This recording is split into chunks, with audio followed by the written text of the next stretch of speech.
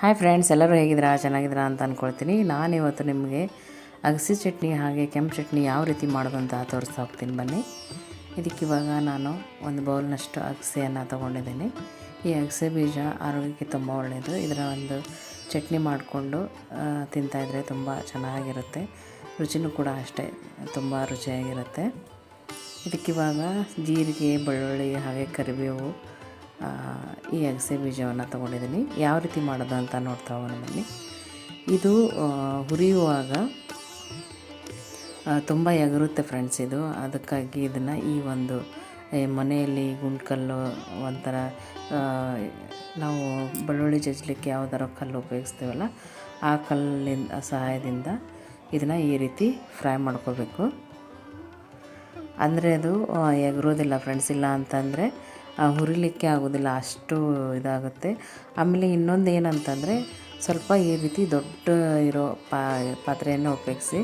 ಅಂದರೆ ಅದು ಎಗರಿದ್ರೂ ಒಳಗಡೆನೇ ಬೀಳುತ್ತೆ. ಇಲ್ಲ ಅಂತಂದರೆ ಪೂರ್ತಿ ಎಲ್ಲ ಹೊರಗಡೆ ಬಂದುಬಿಡುತ್ತೆ. ಹಾಗಾಗಿ ಈ ರೀತಿ ನಿಧಾನವಾಗಿ ಹುರ್ಕೊಳ್ಳಿ, ಅಂದರೆ ಅದು ಎಗರೋದಿಲ್ಲ ಫ್ರೆಂಡ್ಸ್. ಇದು ನಮ್ಮ ತಾಯರೆಲ್ಲ ಈ ರೀತಿಯೇ ಮಾಡೋದು. ಹಾಗಾಗಿ ನಾವು ಇದನ್ನೇ ಮುಂದುವರಿಸ್ತೀನಿ. ಇನ್ನೊಂದು ಸಲ ಟ್ರೈ ಮಾಡಿ ನೋಡಿ. ಅಗಸೆ ಬೀಜ ಎಗರೋದಿಲ್ಲ ಫ್ರೆಂಡ್ಸ್. ಈಸಿಯಾಗಿ ಚಟ್ನಿ ಪುಡಿಯನ್ನು ಮಾಡ್ಕೋಬೋದು. ಇಲ್ಲಾಂದರೆ ಮೇಲ್ಗಡೆ ಒಂದು ಮುಚ್ಚಳವನ್ನು ಮುಚ್ಚಿ ನಾವು ಫ್ರೈ ಮಾಡ್ಕೋಬೇಕಾಗತ್ತೆ. ಈ ರೀತಿ ಚೆನ್ನಾಗಿ ಅದು ಪೂರ್ತಿ ಅದು ಸಿಡಿಯೋ ಸೌಂಡ್ ಬರೋವರೆಗೂ ಹುರ್ಕೋಬೇಕು ಫ್ರೆಂಡ್ಸ್. ಇದನ್ನು ನೋಡಿ, ಈ ರೀತಿ ಎಗರ್ತಾ ಇದೆ ಅಲ್ವಾ. ಈ ರೀತಿ ಚೆನ್ನಾಗಿ ಅದು ಒಂಥರ ಪಾಪ್ಕಾರ್ನ್ ಥರ ಆಗುತ್ತೆ ಫ್ರೆಂಡ್ಸ್. ಅದು ಒಂದು ಸಲ ನೀವು ಅದನ್ನ ಕಚ್ಚಿ ನೋಡ್ಬೋದು. ಅದರ ಒಂದು ಪೂರ್ತಿ ಅದು ಫ್ಲ್ಯಾಟ್ ಇರೋದು ಉಬ್ಬಿಬಿಟ್ಟಿರುತ್ತೆ ಫ್ರೆಂಡ್ಸ್. ಆವಾಗ ಅದು ರೆಡಿಯಾಗಿದೆ ಅಂತಲೇ ಅರ್ಥ. ಇವಾಗ ಅದಕ್ಕೆ ನಾವು ಒಂದು 2 ಬೆಳ್ಳುಳ್ಳಿಯನ್ನು ತೊಗೊಂಡಿದ್ದೆ. ಅದನ್ನ ಜಸ್ಟ್ ಫ್ರೈ ಮಾಡಿಕೊಂಡ್ರೆ ಸಾಕು. ಹಸಿ ಹಾಕಿದ್ರೂ ತೊಂದರೆ ಇಲ್ಲ ಫ್ರೆಂಡ್ಸ್. ಈ ರೀತಿ ಫ್ರೈ ಮಾಡಿ ಹಾಕೋದ್ರಿಂದ ಚೆನ್ನಾಗಿರುತ್ತೆ. ಹಾಗೆ ಕರಿಬೇವನ್ನು ಸ್ವಲ್ಪ ಫ್ರೈ ಮಾಡ್ಕೊಂಡು ಹಾಕ್ಕೊಳ್ಳಿ ಈ ರೀತಿ. ಹಾಗೆ ಯಾರೆಲ್ಲ ನಮ್ಮ ವೀಡಿಯೋಸ್ಗಳನ್ನು ಸಬ್ಸ್ಕ್ರೈಬ್ ಮಾಡದೆ ನೋಡ್ತಾ ಇದ್ದೀರಾ, ಸಬ್ಸ್ಕ್ರೈಬ್ ಮಾಡ್ಕೊಂಡು ನೋಡಿ, ಸಪೋರ್ಟ್ ಮಾಡಿ ನಮ್ಮ ಚಾನಲ್ಗೆ. ಈ ರೀತಿ ಇದನ್ನು ಚೆನ್ನಾಗಿ ಫ್ರೈ ಮಾಡ್ಕೊಳ್ಳಿ ಫ್ರೆಂಡ್ಸ್. ಒಣ ಕರಿಬೇವು ಇದ್ದರೆ ಫ್ರೈ ಮಾಡ್ಕೊಳ್ಳೋ ಅವಶ್ಯಕತೆ ಇಲ್ಲ. ಹಸಿ ಕರಿಬೇವು ಇತ್ತಂದರೆ ಈ ರೀತಿ ಫ್ರೈ ಮಾಡ್ಕೊಳ್ಳಿ. ಇವಾಗ ಇದೆಲ್ಲ ತಣ್ಣಗಾಗಲಿಕ್ಕೆ ಬಿಡಬೇಕು ಫ್ರೆಂಡ್ಸ್. ಇದೆಲ್ಲ ತಣ್ಣಗಾದಮೇಲೆ ಒಂದು ಮಿಕ್ಸಿ ಜಾರ್ಗೆ ಇದನ್ನೆಲ್ಲವನ್ನು ಹುರ್ಕೊಂಡಿರುವಂಥ ಪದಾರ್ಥವನ್ನೆಲ್ಲ ಹಾಕ್ಕೊಳ್ಳೋಣ. ಇವಾಗ ಇದಕ್ಕೆ ಜೀರಿಗೆಯನ್ನು ಸೇರಿಸ್ತಾ ಇದ್ದೀನಿ ಫ್ರೆಂಡ್ಸ್. ಹಾಗೆ ಅಚ್ಚ ಖಾರದ ಪೌಡ್ರನ್ನು ಸೇರಿಸ್ತಾ ಇದ್ದೀನಿ. ನೀವು ಖಾರ ನೋಡಿಕೊಂಡು ಹಾಕ್ಕೊಳ್ಳಿ. ಹಾಗೆ ಸ್ವಲ್ಪ ಉಪ್ಪನ್ನು ಸೇರಿಸ್ಕೊಳ್ತಾ ಇದ್ದೀನಿ. ಇದು ಬಿಸಿ ಅನ್ನಕ್ಕೆ ತುಪ್ಪ ಹಾಗೆ ಇದೊಂದು ಪುಡಿ ಇದ್ದರೆ ಸಾಕು ಫ್ರೆಂಡ್ಸ್. ತುಂಬ ಅಂದರೆ ತುಂಬ ಚೆನ್ನಾಗಿರುತ್ತೆ. ಹಾಗೆ ಸ್ವಲ್ಪ ಸಕ್ಕರೆನ ಸೇರಿಸ್ಕೊಂಡು ಇಲ್ಲಿವಾಗ ಪೌಡ್ರ್ ಮಾಡ್ಕೊಂಡು ಬಂದಿದ್ದೀನಿ. ನೀವು ನೋಡ್ಬೋದು, ತುಂಬ ಅಂದರೆ ತುಂಬ ಚೆನ್ನಾಗಿ ಬಂದಿತ್ತು ಫ್ರೆಂಡ್ಸ್. ಇದನ್ನು ನೀವು ರೊಟ್ಟಿ ಜೊತೆಗೆ, ಚಪಾತಿ ಜೊತೆಗೆ, ಅನ್ನ ಜೊತೆಗೆ ತಿನ್ಬೋದು. ತುಂಬ ಚೆನ್ನಾಗಿರುತ್ತೆ, ಆರೋಗ್ಯಕ್ಕೂ ಒಳ್ಳೆಯದು. ಇದನ್ನಿವಾಗ ಪೂರ್ತಿ ತಣ್ಣಗಾಗಲಿಕ್ಕೆ ಬಿಟ್ಟು, ಎಲ್ಲ ತಣ್ಣಗಾದ್ಮೇಲೆ ಒಂದು ಏರ್ ಟೈಟ್ ಡಬ್ಬಿಯಲ್ಲಿ ಹಾಕಿಟ್ಕೊಂಬಿಡಿ. ಅಂದರೆ ನೀವು 1 ತಿಂಗಳು ಅಥವಾ 2 ತಿಂಗಳು ಇಟ್ಟರೂ ಇದು ಹಾಳಾಗೋದಿಲ್ಲ ಫ್ರೆಂಡ್ಸ್. ನೀವು ಆರಾಮ್ಸೆ ಉಪಯೋಗಿಸ್ಬೋದು. ಈ ರೀತಿ ಚೆನ್ನಾಗಿ ಆರಲಿಕ್ಕೆ ಬಿಟ್ಬಿಡಿ. ಅದು ಸ್ವಲ್ಪ ಅಂಟ್ಕೊಂಡಿರುತ್ತೆ ಫ್ರೆಂಡ್ಸ್. ಈ ರೀತಿ ಕೈಯಲ್ಲಿ ಅದನ್ನು ಪುಡಿ ಮಾಡಿ ಇಟ್ಕೊಳ್ಳಿ. ನೀವು ಇಷ್ಟಪಟ್ಟು ಮಾಡ್ಕೊಳ್ತೀರಾ ಅಂತ ಅಂದ್ಕೊಳ್ತೀನಿ. ಇವಾಗ ಕೆಂಪು ಖಾರ ಚಟ್ನಿಯನ್ನು ಯಾವ ರೀತಿ ಮಾಡೋದು ಅಂತ ನೋಡೋಣ ಬನ್ನಿ. ಇದಕ್ಕೆ ಒಂದು ಬೌಲ್ನಷ್ಟು ಕೆಂಪು ಮೆಣಸಿನ್ಕಾಯನ್ನು, ಒಣ ಮೆಣಸಿನ್ಕಾಯನ್ನು ನಾನು ನೀರಲ್ಲಿ ನೆನೆಸಿಟ್ಕೊಂಡಿದ್ದೆ 1-2 ಅವರ್ಸು. ಹಾಗೆ ಸ್ವಲ್ಪ ಮೆಂತೆ, ಸ್ವಲ್ಪ ಹುಣಸೆಹಣ್ಣನ್ನು ಸಹ ನೀರಲ್ಲಿ ನೆನೆಸಿಟ್ಕೊಂಡಿದ್ದೆ. ಒಂದು ಸ್ವಲ್ಪ ಬೆಲ್ಲವನ್ನು ತೊಗೊಂಡಿದ್ದೀನಿ.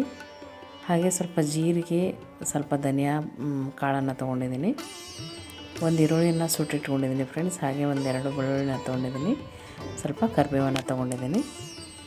ಇವಾಗ ಇದನ್ನ ಯಾವ ರೀತಿ ಮಾಡೋದು ನೋಡ್ಕೊಂಡು ಬರೋಣ ಬನ್ನಿ.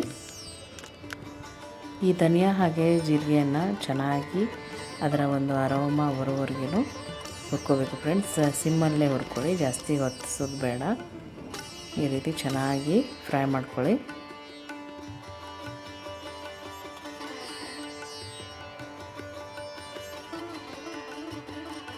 ಅದೆಷ್ಟು ಚೆನ್ನಾಗಿ ಫ್ರೈ ಆಗುತ್ತೋ ಅಷ್ಟು ಚೆನ್ನಾಗಿ ಅರೋಮಾ ಬಿಡುತ್ತೆ ಫ್ರೆಂಡ್ಸ್ ಅದು. ಇವಾಗ ಅದೆಲ್ಲ ಫ್ರೈ ಆದಮೇಲೆ ಒಣಮೆಣಸಿನ್ಕಾಯನ್ನು ಹುರ್ಕೊಳ್ಳೋಣ. ಆ ನೀರಲ್ಲಿ ಇರೋ ಒಣಮೆಣಸಿನ್ಕಾಯಿಗಳನ್ನ ಎಲ್ಲವನ್ನು ಸ್ವಲ್ಪ ನೀರಿನಿಂದ ಹಿಂಡಿ ಇದರಲ್ಲಿ ಹಾಕ್ಕೋಬೇಕು ಫ್ರೆಂಡ್ಸ್. ಅದನ್ನು ಸಹ ಚೆನ್ನಾಗಿ ಒಂದು ಸಲ ಫ್ರೈ ಮಾಡ್ಕೊಳ್ಳಿ. ಈ ರೀತಿ ಮಾಡೋದರಿಂದ ಅದು ಖಾರದ ಚಟ್ನಿ ಕೆಡೋದಿಲ್ಲ ಫ್ರೆಂಡ್ಸ್. ತುಂಬ ದಿವಸ ಇಟ್ಟು ನೀವು ತಿನ್ಕೋಬೋದು. ಆಮೇಲೆ ಟೇಸ್ಟು ತುಂಬ ಚೆನ್ನಾಗಿ ಬರುತ್ತೆ ಈ ರೀತಿ ಮಾಡೋದ್ರಿಂದ. ಇದನ್ನು ಸಹ ಚೆನ್ನಾಗಿ ಫ್ರೈ ಮಾಡ್ಕೊಳ್ಳಿ.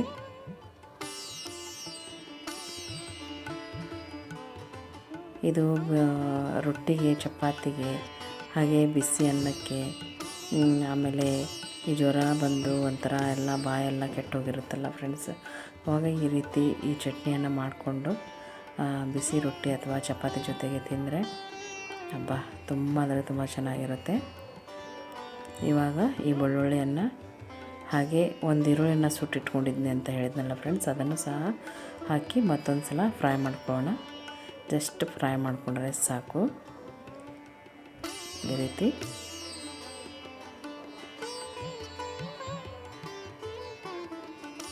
ಚೆನ್ನಾಗಿ ಒಂದು ಸಲ ಇದನ್ನ ಫ್ರೈ ಮಾಡಿಕೊಂಡು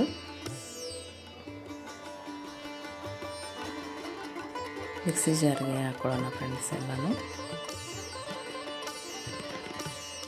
ಹಾಗೆ ಯಾರ್ಯಾರು ನಮ್ಮ ವಿಡಿಯೋಸ್ಗಳನ್ನು ಸಬ್ಸ್ಕ್ರೈಬ್ ಮಾಡದೆ ನೋಡ್ತಾ ಇದ್ದೀರಾ, ದಯವಿಟ್ಟು ಸಬ್ಸ್ಕ್ರೈಬ್ ಮಾಡ್ಕೊಂಡು ನೋಡಿ, ಸಪೋರ್ಟ್ ಮಾಡಿ.